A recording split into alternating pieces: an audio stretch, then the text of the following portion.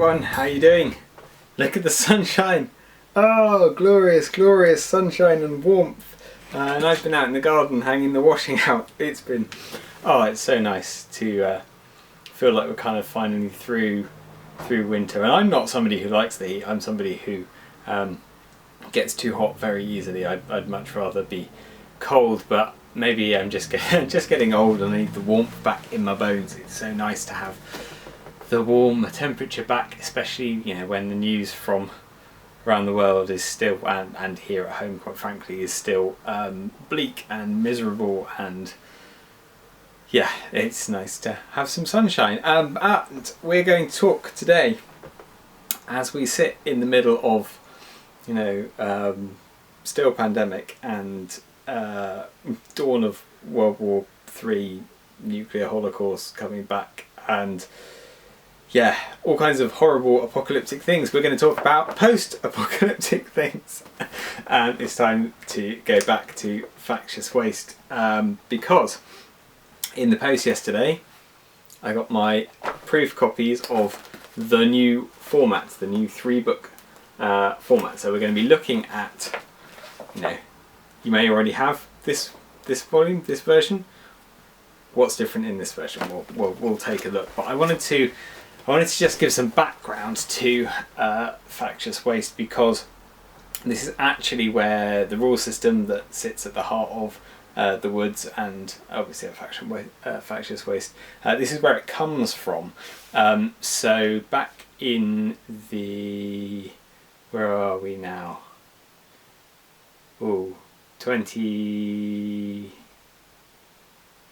I think when I started writing it, 2012, so maybe 10 years ago, maybe. Started writing the rule set for Factious Waste as a step up from Necromanda, really. I was playing Necromanda, and Necromanda is one of those games that it first came out when I was really into the hobby, and so it's a game that I always wanted to play, but I couldn't afford the big box set then. So what I used to play instead was Trinity Battleground, which was being sold off cheaply in a game shop near me. But I used to play it pretending that it was Necromanda, and then when I got a bit older and a bit more money, got a second-hand copy of Necromanda, played it a few times, and it was alright. But what I was a bit disappointed with it was the sort of lack of interaction with the environment of the game. If you've got, to me, the appeal of it was having this very built up terrain board with lots of lifts and ladders and platforms and gantries and cranes and all kinds of things, and I wanted to be able to interact with those things. And yes, okay, you can house rule it, and we did house rule it, but it's sort of, when it's not built into the game system, it always feels a bit like a bolt-on, and it sort of didn't really work with the well, it's basically it's a shooting game, isn't it, Necromanda? Basically, there's a little bit of hand-to-hand, but it's mostly about shooting. And being Games Workshop of that era, there's a lot of dice rolling, a lot of chance. So I wanted to keep the elements that I enjoyed, like the campaign element and the gang building element, and the sort of feel of the world and the 3D terrain.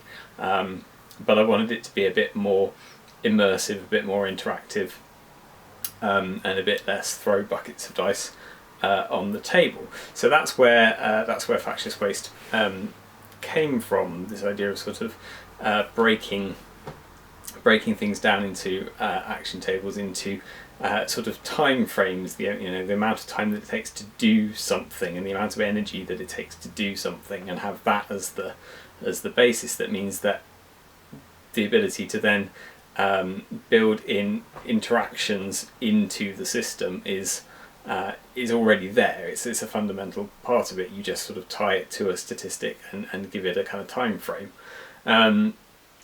And so that's where it came from. And we were originally playtesting it on mats with sort of bar terrain and things drawn on it while I was living on my boat. So thank you guys who were helping me out with that. And yeah, and then I was sculpting fantasy things, and so that side of things kind of took over, and people were asking me what game set, what rules do I use to play with these figures. Well, they're fantasy figures. You can play whatever you like. I've never been someone who's tied figures to a rule set particularly.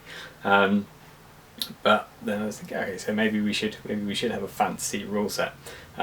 So then got together with some friends who were into ancient reenactment and so forth, and we put our heads together and reworked the Factious Waste system into what became the Woods. And then a little while after publishing the first edition of the Woods, I went back to Factious Waste and brought it out using some of the refinements that we'd used in the Woods, just to streamline it a bit and make it work on the tabletop, but keeping it's quite a different flavour to it, even though the key mechanics are the same. There's a bit of a different flavour because of wanting to create essentially like an 80s disaster movie or action movie on the tabletop. That's the aim of the system. So so it has a different feel to a kind of Celtic fantasy setting. And then I tried to kickstart this between two other larger things that had quite an impact on it. So the reissue of Necromanda, ironically, came out a couple of months just as I was proofreading this. So then that was pretty dominant, and I thought, well, okay, this feels now like a bit of a sort of poor cousin, even though actually I've played the new version of Necromanda. I was not a fan. It felt very much like somebody taking the original version of Necromanda and just published their house rules. So someone's just added more buckets of dice essentially, and cards and other things that they can sell. But anyway, we're not here to slam new Necromanda, but this is a different thing, and it feels like a different thing, even though its roots are the same. But it was kind of a bit eclipsed by that. And then shortly after a rather disastrous attempt to kickstart it, I discovered that Punk Apocalyptic were doing their big release, so that happened to coincide with the time when this actually came out, and this was sort of somewhat forgotten. And then there have been things like This Is Not a Test came out shortly afterwards, so there was this big glut of sort of post-apocalyptic games, and so it's quite ironic that the time that I looked to revisit it, the Outlanders Necromunda is about to hit. So there you go. I can't escape from this inevitable tie between Factious Waste and Necromanda. But there you go. We'll see what happens. But the big so this came out after the first edition of the Woods, and then based on my experience of the first edition of the Woods and this, I put together the second edition of the Woods. And now I'm revisiting Factious Waste, but this is not a second edition. Okay, I want to make that quite clear. The rules are almost, not quite, but almost identical between these two. I don't want to revise it because A, I think it works really nicely as it is, and B, the second edition of the Woods took the improvements that were made between the first edition of the Woods and this into account, and I don't feel like there's anything significant to add now into that set. There are a few errata things, FAQs and erratas that need to go out before the Woods in the Woods this year to correct a few things in the rulebook, but there's no need currently that I can see. Let me know if you feel otherwise to put a new edition out just yet. And so that doesn't feel like we need to new edition Factious Waste either. The difficulty with this is that I wanted it to all be in one book, and I wanted it to be in a book of the same sort of size as the collected 2000 AD works that I have, because another thing that's definitely influenced this is 2000 AD Nemesis the Warlord, Judge Dredd. Again, something that's fed into Games Workshop, I know, but I wanted to interpret it in a slightly different way. But I wanted this to have a very much comic book kind of feel to it, and originally I wanted to have all of the action tables in here done as comic book scenes, and actually I was in talks with Carl Critchlow about producing those, but sadly he was very busy at the time and unavailable to do them. So what we've ended up with are these sorts of scenes. If I can let's find one. So these scenes that have the actions split among them, which visually I think it looks quite good. In terms of actually getting the information out to play the game, not so handy perhaps. I also wanted to put a lot in here, so there's loads of scenarios in here. There's the equipment lists, there's the faction lists, all the vehicle stuff is in here, but it makes for quite a big book, and although I put references in the back and indexes and things, it's not a very easy book. I hold my hands up and say it's not a very easy book to play with on the table. So I know for the woods we have done these. Let me fish them out. Little Commander's Guide reference tables.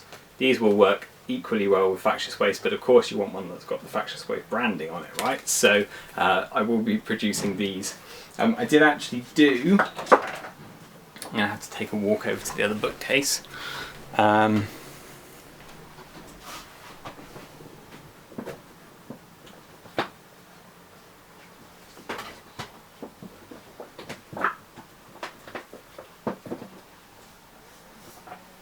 There we go, I found it. I found it. I did actually do a Factious Waste quick reference guide for the original release. This will be, again, trying to keep reference really easy reference, and maybe I'll just print out some more of these, because there's only going to be a slight change to any of this. And it's quite cool. I quite like the look of this. So maybe I'll just use that again. So that was to sort of work with how difficult it was to actually work from this. So I thought, well, what I should do. I wanted to re-release it because we're running low on the original print run of these. It's taken some time, but we are getting there. And it hasn't been wildly popular, and I think it's a good system, and I think it's a system that deserves a bit more attention. But I think I see a lot of people pick this up at shows and have a flick through it and put it down, and I think it's because it looks really dense. It looks like there's so much information here, it's really hard to pick it up and see what's actually there.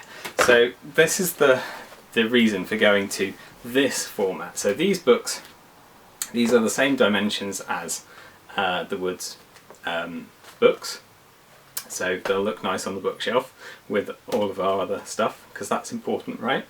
What I've done is split that original compact book, yeah, everything all in one, into 3 volumes here, and these are going to be available as, in fact probably are, by the time you're reading this, are available as a set. So you'll be able to buy books 1, 2 and 3 all together, and I've got another couple planned for the next couple of years. And the first book here is The Rules. Okay, so it's got a little bit of an introduction to the world at the beginning. but then you're straight into how do you play the game, what are the action tables, and then vehicle rules are in here as well. So this is, and it's got the reference with the equipment stuff in the back as well. So this is all that you would need at the table to actually play the game, and to consult in terms of in case of needing to clarify anything. So much easier to reference. You've got much less to look through. It's laid out much more cleanly, much easier to see where information is and to find it. The second book, Factions, this is your how to create your posses, your little bands of characters on the tabletop. So it takes you through character creation, it takes you through all of the various factions. So you've got trash runners, who are like space cowboy smugglers. That everything is designed as a kind of as an archetype, so that you can take whatever models you've got and create any band that you like, essentially. So if you've got a favourite film, or you've got a favourite comic series or something, and you want to create that band, you can do so, because you can mix and match from these various factions archetypes.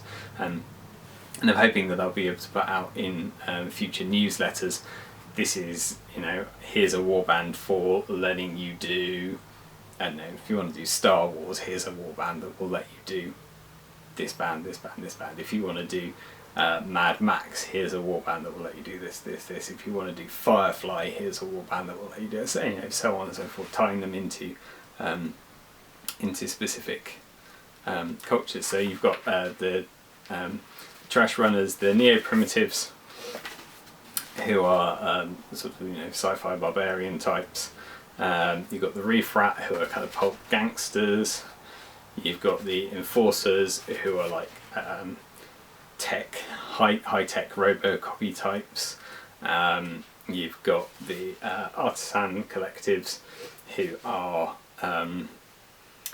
they're a bit more Wild West actually, but sort of blacksmiths in space kind of thing. Luddites, your boiler-suited revolutionaries, and then you've got all of the skills in here and the equipment. So this book is the one that you need to set up your posse to start off with, and when you're looking for ways to develop them and advance them. So you don't, once you've picked your posse from this one, this can get back on the shelf. You probably won't need to reference this one again until you're creating a new posse. And then the third book, the final book from the core set, the last one at the moment, is the Campaigns book, and this has got all of the scenarios that are in the original book. So there's 5 scenarios in 6 different categories, so there's 30 scenarios in here, and the categories are divided up to help you build essentially a plot. So a couple of ways that you can do a campaign structure. One is that you can take a narrative arc, so you can say we're going to, which is essentially the plot of a film or a TV series or something, where you've got the narrative plays out over a particular arc, and the categories of the scenarios are each designed to fulfill an element of that arc, so that it will lead you through the storyline by playing through the scenarios. Then you've got towards the back of the book, another way of doing it. You've got regional campaigns, so this is sort of map-based campaigns, and there's nothing to stop you from doing both or doing one or the other. It's just possibly a different way of doing it, and that ties in sort of taking and holding territories and captives. And then this book has also got the sort of between game activities, so the things that all of your characters can do that will advance the posse in between games. So this is a sort of between game book, so it's the kind of thing that you might look at after you've played a game.